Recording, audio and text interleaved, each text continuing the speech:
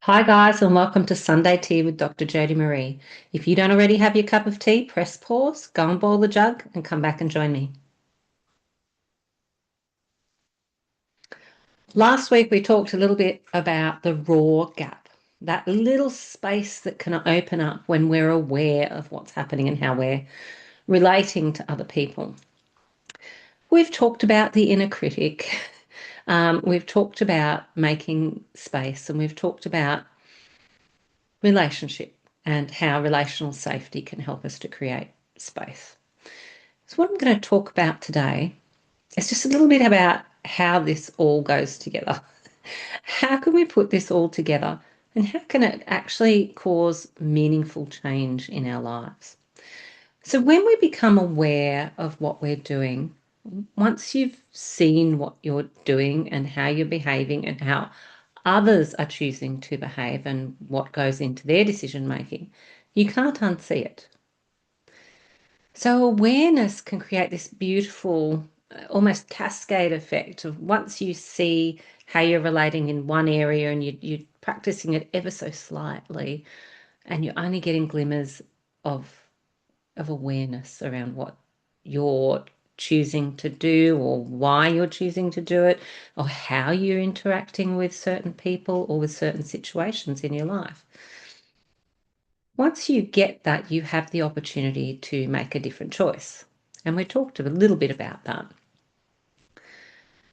Once we have that awareness, it starts to cascade because you're aware of one thing, then you're aware of another, then you're questioning, I wonder if that's happening here as well. I wonder if that's happening there as well. And that's a natural part of a curious mind.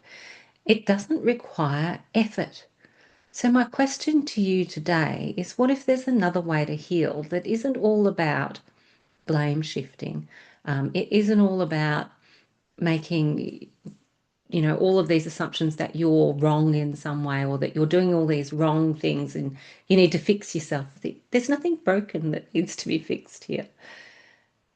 When we do have really challenging times in our lives, we're operating on autopilot. And that autopilot isn't always going to do what would be the best thing to do in every situation. It's going to do what's going to protect us at the time. And when it did that, so our autonomic nervous system is wired to determine whether there's threats out there, and then to respond to those threats, we're going to shut down all of the unnecessary systems. We're going to narrow our focus, and we're going to head towards survival. And that's what we're going to do when a stressful situation comes up. Cortisol levels go up. You're stressed. You're finding it difficult to think because the prefrontal cortex finds it more difficult to weigh up all the options and balance and make decisions when your autonomic nervous system is in fight, flight, freeze, or fawn mode. And it may well be that for a very long time, and for many of us who've experienced trauma, loss, relationship difficulty, heartache, career loss, career change, huge upheavals in our lives, even addiction.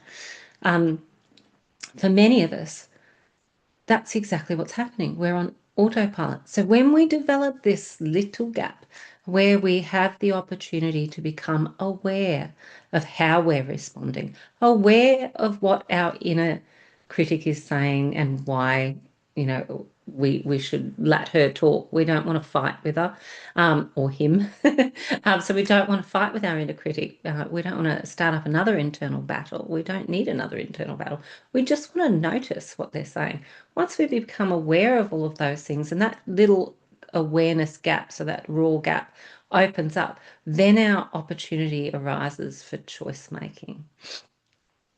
And when we're trying to make choices, it's really important that we understand what we would actually want, because we've talked before, I think, about, and if we haven't, forgive me, but about how a lot of our internal belief systems, particularly about ourselves and particularly the negative ones, they're inherited. They come from other people in our lives. They come from difficult relationships, from difficult circumstances. So we might believe that we're not good enough. We might believe that we can't fit into this, or we can't do that, or, we're never going to succeed at something. We might think that we're hopeless at relationships. So we have all this inner dialogue that sometimes we tell ourselves. And a lot of it comes from difficult relationships we've had in the past that weren't necessarily serving us very well.